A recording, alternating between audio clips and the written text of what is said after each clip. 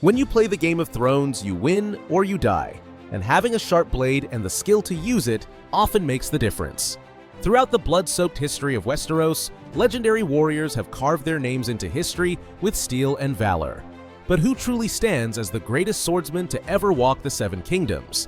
In this video, I'm ranking the 10 most skilled blade masters based on their combat prowess, battlefield achievements, and the testimony of those who witnessed their skill firsthand. This isn't just about who won the most fights or killed the most men. It's about technique, adaptability, and that ineffable quality that separates the merely good from the truly great. Some of these rankings might surprise you, while others, well, their place on this list was never in question. So let's count down the 10 greatest swordsmen in the history of Westeros, starting with number 10, Brienne of Tarth. The only woman on our list, Brienne earned her place through sheer determination and natural talent. Standing over 6 feet tall with exceptional strength, she defeated renowned knights like Loras Tyrell and Jaime Lannister, though the Kingslayer was, admittedly in chains and out of practice. What makes Brienne's skill remarkable isn't just her victories, but how she achieved them. Growing up as a woman wanting to be a knight, she had to train twice as hard as any man. She developed a fighting style that uses her height and reach to full advantage, while remaining technically sound enough to counter more experienced opponents. Her defeat of the Hound in single combat, one of the most brutal fights in the series, showcases her greatest strength as a fighter. She simply refuses to stay down. While other warriors might have more natural talent or formal training, Brienne's combination of skill, strength, and sheer stubborn will earns her the 10th spot on our list. Number 9. Khal Drogo. The undefeated leader of the largest Khalasar the Dothraki had seen in generations, Drogo never lost a fight. While primarily known for his arakh rather than a traditional Westerosi sword, his combat prowess cannot be denied. Drogo's fighting style was a perfect blend of speed, strength, and savagery. In his culture, warriors cut their braids when defeated. Drogo's braid reached his thighs. His battle against another Dothraki challenger showed his true skill. Despite fighting unarmored, he dodged every strike with almost supernatural speed before killing his opponent with his own weapon. What keeps Drogo from ranking higher is his lack of experience against armored opponents and trained knights. The Dothraki's disdain for armor and their focus on horseback warfare means Drogo never developed the techniques needed to counter Westerosi fighting styles. Still, in his element, few warriors in history could match the great Khal's deadly grace. Number 8. Jaime Lannister, two-handed. There are no men like me, only me. Before losing his hand, Jaime Lannister was widely considered one of the most naturally gifted swordsmen in the Seven Kingdoms. Knighted at 15 after fighting brilliantly against the Kingswood Brotherhood, Jaime's combination of instinct, training, and arrogance made him nearly unbeatable in single combat.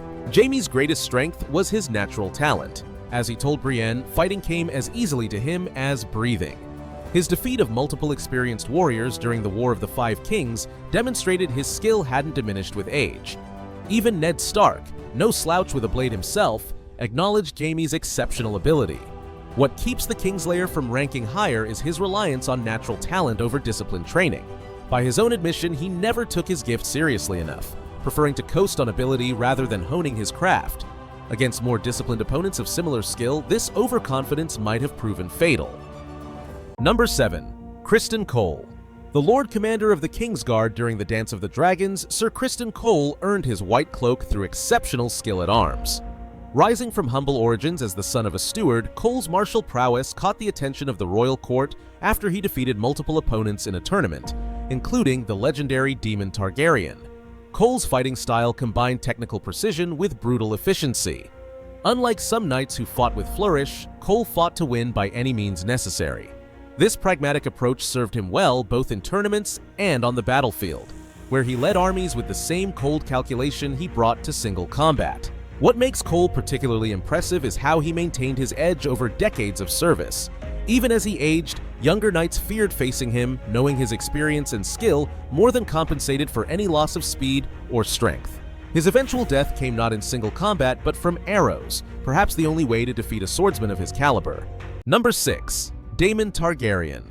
The Rogue Prince wasn't just a skilled dragon rider, he was one of the most dangerous men with a blade in Westerosi history. Wielding the Valyrian steel sword Dark Sister, Daemon combined technical skill with a reckless courage that made him unpredictable and deadly.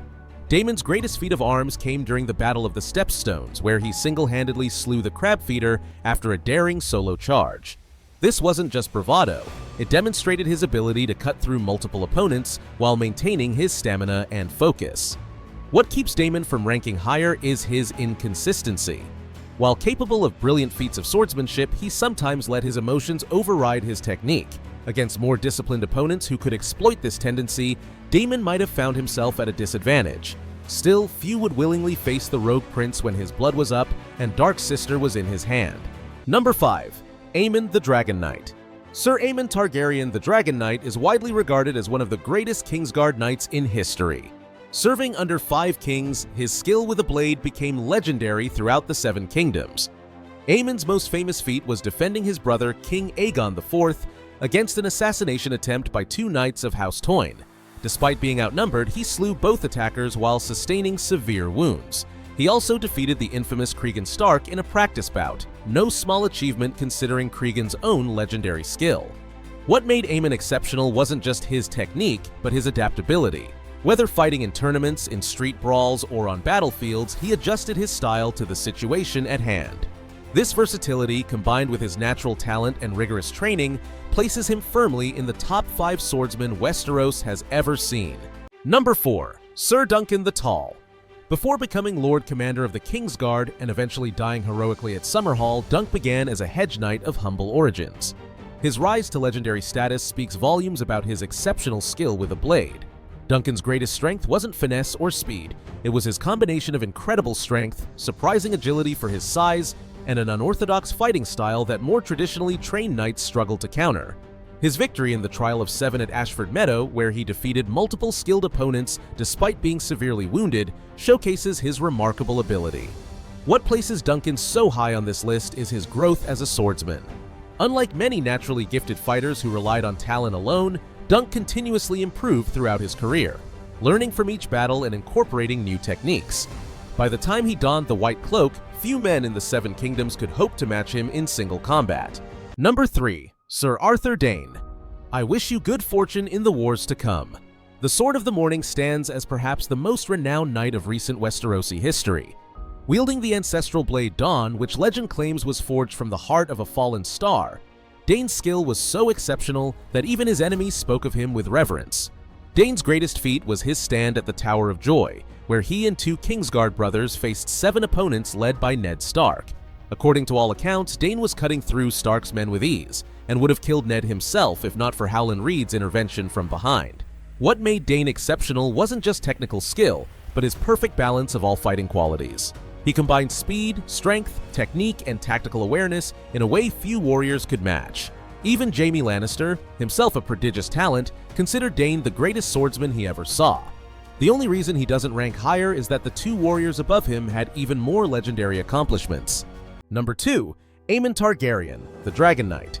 Wait, didn't we already rank him at number 5? No, this is a different Aemon Targaryen, often confused with his namesake.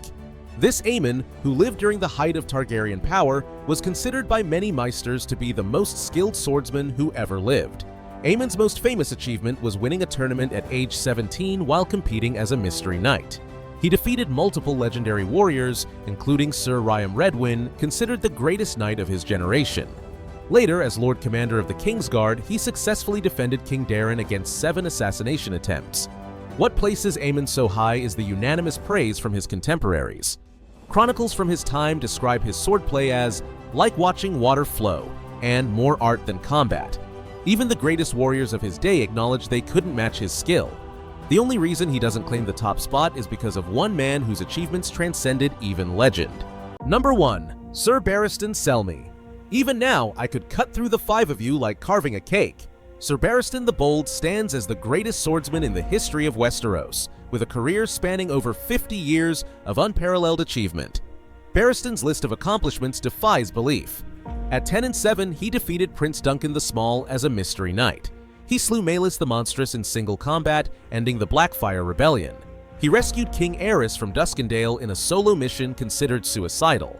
And most impressively, he continued to be one of the deadliest men in the 7 Kingdoms well into his 60s. What makes Barristan truly exceptional is his longevity. While other warriors peaked and declined, Selmy maintained his edge decade after decade.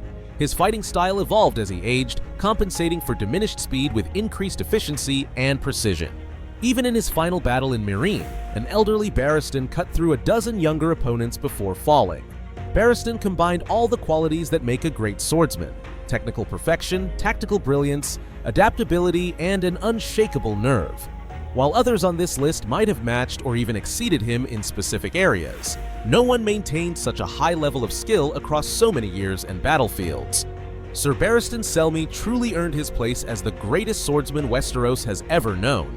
Honorable mentions. Before we wrap up, let's quickly acknowledge some legendary warriors who just missed our top 10. Oberyn Martell. The Red Viper's skill with a spear was unmatched, but this is a ranking of swordsmen. Syrio Forel, the first Sword of Braavos, might rank higher if we had seen more of his abilities beyond his final stand. Sandor Clegane. The Hound's brutal efficiency and raw strength made him deadly, but he lacked the technical refinement of our top 10. Areo Hota, captain of the Dornish Guard, his skill with a long axe was legendary, but again, not a swordsman. Bronn, a supremely practical fighter who might defeat more technically skilled opponents through cunning, but not quite top 10 material. So there you have it.